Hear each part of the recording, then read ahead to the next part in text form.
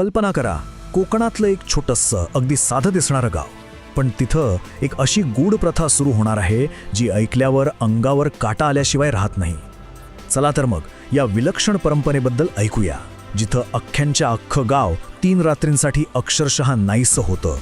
ही फक्त एक सूचना नाहीये, ही आहे गावच्या वडीलधाऱ्या माणसांनी दिलेली एक कडक ताकीद. आणि या एका वाक्यातूनच आपल्याला या प्रथेमागचं गांभीर्य आणि रहस्य कळायला लागतं. पण असं का? अख्ख्या गावाला अशी धमकीवजा सूचना का दिली जात असेल? तर या सगळ्या गूढतेचं मूळ आहे एका दैवी आदेशामध्ये. ही काही साधी परंपरा नाहीये, तर हा एक असा नियम आहे जो गावच्या रोजच्या जगण्यापेक्षाही खूप मोठा मानला जातो. हा देवाचा कौल आहे आणि तो पाळणं सगळ्यांसाठी बंधनकारक आहे. तर मग ही गाव पळण म्हणजे नेमकं काय? हे फक्त घर बदलणं किंवा जागा बदलणं नाहीये. हा आहे संपूर्ण समाजाच्या सामूहिक श्रद्धेचा एक अविश्वसनीय प्रकार. विचार करा, देवाच्या फक्त एका शब्दावर अख्खं गाव, आपलं घर, आपली शेती, सगळं काही सोडून निघालं आहे. आणि या सगळ्याचं मूळ कारण आहे कौल. आता कौल म्हणजे काय? सोप्या भाषेत सांगायचं तर देवाचा थेट आदेश. गावकऱ्यांनी देवाला कौल लावला आणि देवानेच सांगितलं की पुढचे 3 दिवस आणि 3 रात्री हे गाव माणसांचं नाही तर देवासाठी राखीव असेल. आणि मग त्या विधीची सुरुवात होते. डोळ्यासमोर चित्र उभं करा.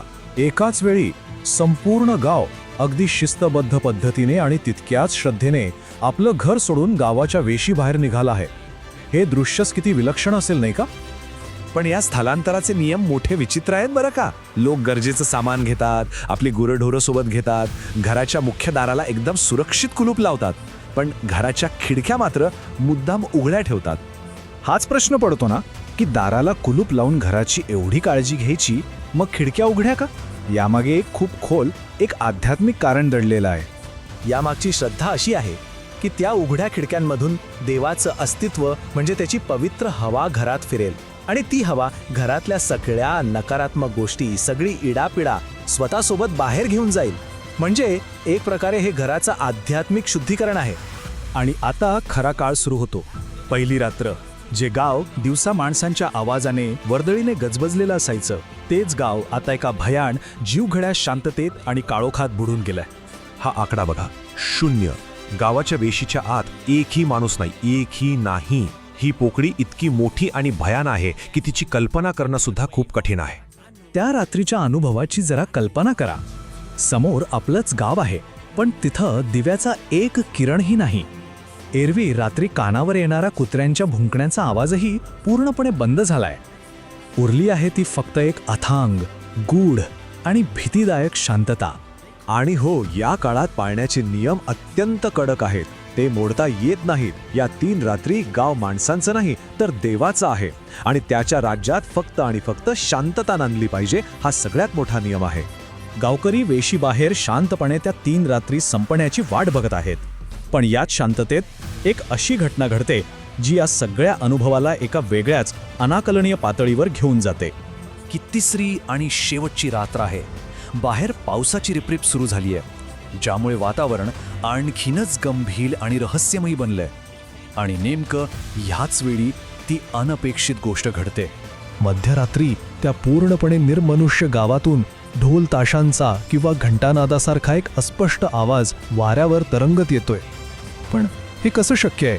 ज्या गावात चिटपाखरूही नाही तिथं आवाज येतोय कुठून? आत कोणी गेले की काय? आणि या प्रश्नावर उत्तर मिळतं जे आपल्या तर्काच्या पलीकडचं आहे. कुणीतरी सांगतं, घाबरू नका, तो माणसांचा आवाज नाही, तो देवाचा संचार आहे. देव स्वतः गावात फिरून आपलं गाव शुद्ध करतोय. आणि आश्चर्याची गोष्ट म्हणजे तिथलं प्रत्येक जण यावर विश्वास ठेवतो. त्या गूढ आणि तणावपूर्ण रात्री अखेर संपतात.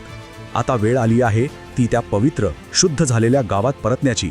आणि ही परतीची यात्रा एखाद्या मोठ्या सोहळ्यापेक्षा कमी नाही.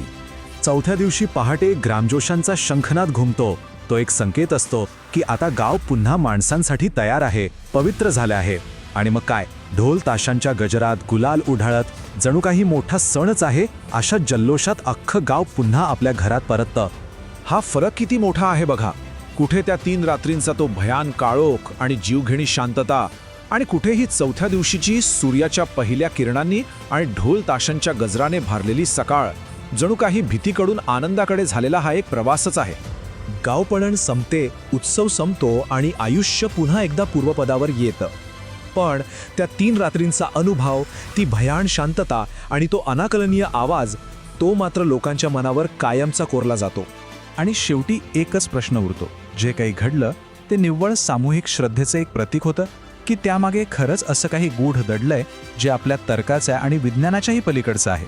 यावर विचार करायला नक्कीच हरकत नाही.